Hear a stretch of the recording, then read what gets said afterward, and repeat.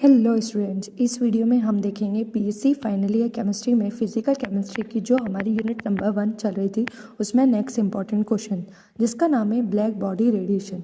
इस वीडियो के पहले हमने इस यूनिट के और भी इंपॉर्टेंट टॉपिक्स का डिस्कशन कर लिया है। आई होप आप लोगों को क्लियर हो गया होगा। हमने जितने भी अभी तक टॉपिक देखे वो सारे एग्जाम के लिए बहुत ही ज़्यादा इंपॉर्टेंट है।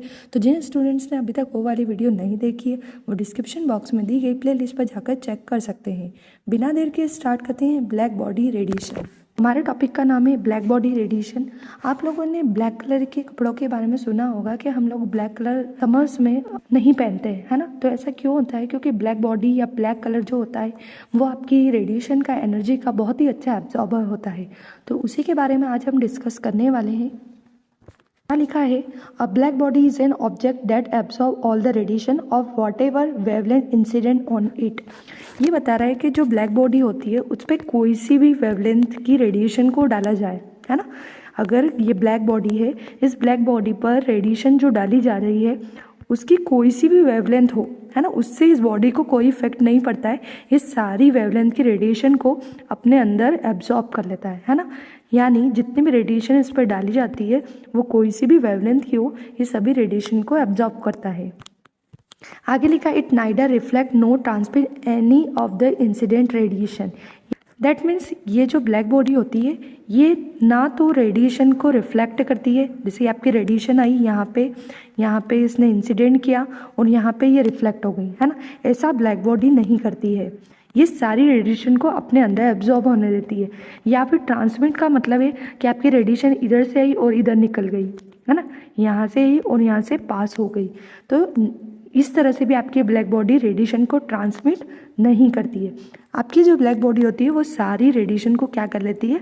अपने अंदर एब्जॉर्ब कर लेती है। यही होती है आपकी ब्लैक बॉडी। तो ये लिखा है, it neither reflect nor transmit any of the incident radiation. आगे लिखा हुआ है, all the solid bodies which are heated radiate energy but the energy emitted by black body is maximum, so the black body is called perfect emitter of radiation. ये बता रहा है कि कोई सी भी सॉलिड बॉडी है, अगर हम उसको हीट देते हैं तो उसमें से रेडिएशन का इमिशन जरूर होता है, लेकिन अगर हम दूसरे ऑब्जेक्ट की प्लेस पर अगर हम ब्लैक बॉडी का यूज़ करते हैं, दूसरे ऑब्जेक्ट की प्लेस पर यदि हम ब्लैक बॉडी को हीट देते हैं तो जितनी हीट दी जाती है ये सभी हीट का क्या करती है? रेडिएशन को इमिट कर देती है। यानी जितनी ज़्यादा हीट इसको दी जाती है उतनी ज़्यादा ये रेडिएशन को इमिट करती है। बाकी की बॉडीज़ जो होती है वो रेडिएशन को इमिट करती है, लेकिन ये मैक्सिमम अमाउंट में रेडिएशन का इमिशन करती है। इसलिए इसे हम परफेक्ट इमिटर ऑफ रेडिएशन बोलते हैं। परफेक्ट इमिटर यानी बहुत ज़्यादा से ज़्यादा मैक्सिमम अमाउंट में ब्लैक बॉडी अपने अंदर से रेडिएशन को इमिट करती है। आगे लिखा हुआ है, the amount of energy emitted by black body depend on the temperature. अब ब्लैक बॉडी के अंदर से जो एनर्जी निकल रही है वो किस पे डिपेंड करती है? टेम्परेचर पे। जितना ज़्यादा हम उसको टेम्परेचर देंगे, जितना ज़्यादा हम इसको टेम्परेचर देंगे उतनी ज़्यादा अमाउंट में, उतनी ज़्यादा एनर्जी में ये रेडिएशन को इमिट करती है। यही लिखा है ना। तो ये लिखा हुआ, the amount of energy emitted by black body depend on the temperature. अब आगे लिखा हुआ है, the spectrum of radiation emitted from a black body at particular temperature are shown below. यहाँ पर हम स्पेक्ट्रम देखेंगे। एक ब्लैक बॉडी है ना, उसका एक फिक्स टेम्परेचर पर, एक पर्टिकुलर टेम्परेचर पर जो रेडिएशन निकल रही है, ये एक ब्लैक बॉडी है, इसका टेम्परेचर हमने फिक्स कर दिया है। इसमें जो रेडिएशन निकल रही है उसका स्पेक्ट्रा हम स्टडी कर रहे हैं।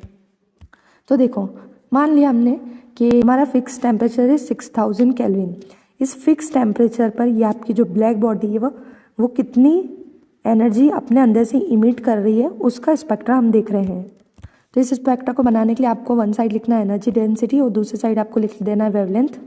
वेवलेंथ होगी आपकी 5000, 10,000, 15,000, 20,000। एनर्जी डेंसिटी आपकी इंक्रीज होती जाएगी। तो जैसे जैसे आपकी वेवलेंथ इंक्रीज होती जाएगी, इधर इस साइड आपकी वेवलेंथ इंक्रीज हो रही है, जैसे जैसे वेवलेंथ इंक्रीज होती जाएगी आपकी एनर्जी डेंसिटी भी इंक्रीज होती जाएगी। एनर्जी डेंसिटी का मतलब है जैसे जैसे आपकी वेवलेंथ बढ़ती जाएगी 6000 केल्विन पर, इतने टेम्परेचर पर आपकी जो ब्लैक बॉडी है बहुत ज़्यादा हाईएस्ट रेडिएशन को इमिट करेगी।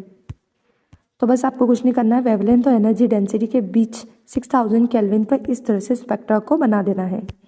अब क्या हुआ, अगर हम टेम्परेचर को चेंजेस कर दें तो आपके कर्व भी क्या होते हैं, चेंजेस होते जाते हैं, है ना।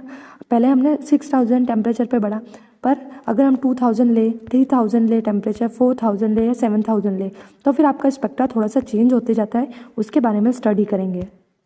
तो लिखा है the characteristics of curve are, first point है the intensity of radiation emitted by black body is not uniform.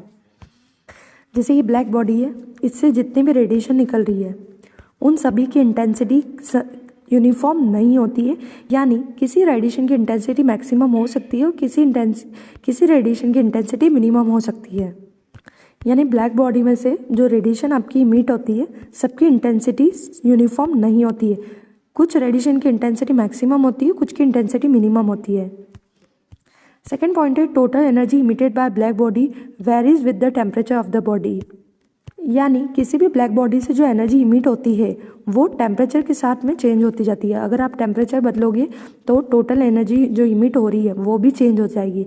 हो सकता है 2000 टेम्परेचर पर एनर्जी कम इमिट हो और 6000 पर टेम्परेचर पर एनर्जी ज़्यादा इमिट हो, तो डिपेंड ऑन द टेम्परेचर।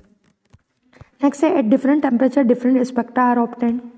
ये तो हमको इस स्पेक्ट्रा में दिखाई दे रहा है, ये स्पेक्ट्रा है। अगर हम टेम्परेचर को डिफरेंट करते जाते हैं तो हमें डिफरेंट स्पेक्ट्रा यानी डिफरेंट कर्व मिलते हैं, जो हमें डायग्राम में दिख ही रहे हैं। लास्ट में this curve are called black body radiation curve, है ना। This curve is called black body radiation curve. इस तरह से हमें डिफरेंट डिफरेंट टेम्परेचर पर जो कर्व मिलते हैं उसे ही हम ब्लैक बॉडी रेडिएशन कर्व बोलते हैं।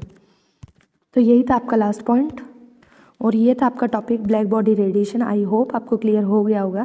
इसी तरह से हम आपके लिए और भी इंपॉर्टेंट टॉपिक्स की वीडियो लाते रहेंगे। अगर आपको वीडियो पसंद आया तो लाइक करें, सब्सक्राइब करें, शेयर करना ना भूलें, ताकि आने वाले इंपॉर्टेंट टॉपिक आपको समय पर मिल सके। Thank you.